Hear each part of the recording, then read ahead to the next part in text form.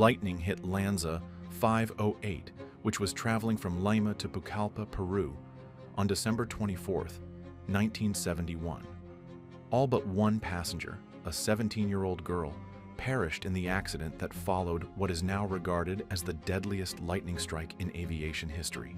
Juliane Koepcke survived an airplane crash and 11 days in the Amazon jungle on her own, and we'll tell you everything about it today. Make sure you're a subscriber to Reality Threads channel before we begin. Also, while you're here, please share your favorite survival stories by leaving a comment. It's all right. We'll fly over Peru. The lack of coherence and clarity in Koepcke's memories of the trip and the accident is enough to give anyone nightmares. It had been a day since her senior prom, and she had barely graduated from high school when this happened. In order to celebrate with her father, she and her mother were taking a flight from Pucallpa to Lima. The plane encountered a storm while in flight. Outside the windows, lightning flashed continuously, and the sky grew completely black around them. Juliane, who relished the opportunity to soar through the air, paid her mother little mind. My mother said, "Now it's over." Suddenly, a brilliant light appeared on the wing. Its engine rumbled. The jet emitted screams. The jet plummeted dangerously low before it started to disintegrate. Mother Juliane was flung from her chair. Ultimately, Juliane and her seat bench were expelled from the aircraft and into the sky. According to Koepcke, a soothing wind accompanied her descent toward the dense forest canopy, which she subsequently described as looking like green cauliflower or broccoli. Like a chopper blade, her still-belted seat spun around. She thinks this might have helped her fall at a more manageable pace, and the seat probably helped absorb some of the impact. The next time an airline employee stresses the need to fasten your seatbelt, keep that in mind. Juliane passed out just in time for the crash. Plus, she has no recollection of the preceding 20 hours or so because of the concussion. The fact that her seatbelt was not fastened when she completely recovered consciousness leads her to believe that she may have awakened during this time and taken it off. The accident occurred at 9 in the morning. The information was visible to her on her watch, which was still operational at this moment. Rain was falling heavily as well. Underneath her seat bench, Koepcke lay drenched in filth and water. While she collected herself, she dove headfirst into the ground to avoid the downpour. She would have to wait an entire 15 minutes before she could stand up and walk again. Juliane could clearly see that her collarbone had suffered a severe fracture. Thankfully, the break had not penetrated her flesh, but it had overlapped just under her skin. Additionally, her calf had a significant laceration, but due to her shock, the bleeding was minimal. Maggots had infested another wound on her arm. She was worried this might lead to the eventual need to amputate the arm, but she couldn't do anything about it now. She tore her ACL, strained her vertebrae, and broke her shin, as the doctors would come to learn later on. It wasn't until she got to the hospital that she felt any of her injuries, probably because adrenaline had taken hold of her body. Juliane got herself to her feet as soon as she felt ready. The thought of being lost and hurt in a forest full of dangerous animals and plants would likely strike fear in the hearts of most people. However, Juliane Koepcke's formative years were unlike any other. Both her famed zoologist father and world-renowned ornithologist mother worked at a research station in, can you believe it, the Amazonian jungle of Peru. Juliane had grown up in a neighborhood not dissimilar to it. A key component of her survival was her knowledge of the region.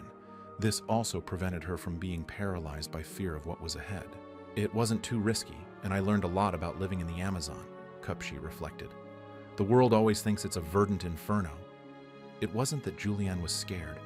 It was that her mother was. Upon regaining consciousness, Koepcke wasted little time searching the vicinity of her crash site for any additional survivors or useful objects.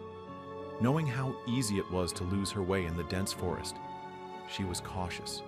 A king vulture's landing call in the woodland was audible to her 4 days following the incident.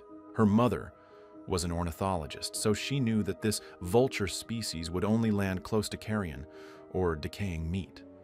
Upon investigating the noise, she found the bodies of 3 further travelers. They made such powerful contact with the ground that it buried them 3 feet deep, revealing only their feet. They remained securely anchored to their seats. A female was among the casualties. At first, Koepcke thought it could be her mom, but when the woman poked her with a stick, She saw that her mother couldn't have painted toenails. Occasionally, Koepcke would hear the sounds of rescue planes overhead during those initial days, but she couldn't see them through the dense forest canopy. To make matters worse, she had no success in capturing their interest. After a while, she noticed that the planes weren't looking for survivors anymore because their sounds had faded. These were the lowest points of her despair, as she would later say. Plus, she knew she couldn't count on anyone else to help her get out of the jungle alive. Lopping water droplets off leaves was an easy way to locate water, but locating food was a lot more difficult.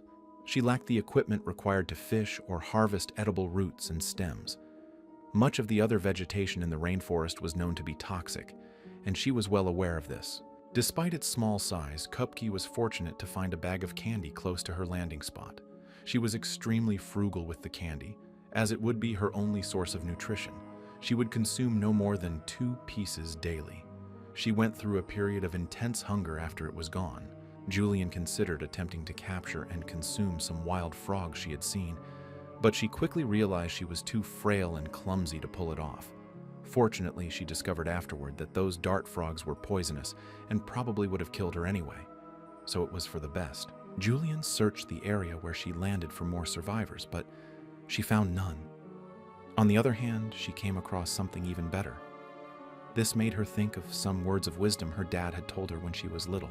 In the event that she ever became disoriented in the forest, he advised her to locate safety by following water sources.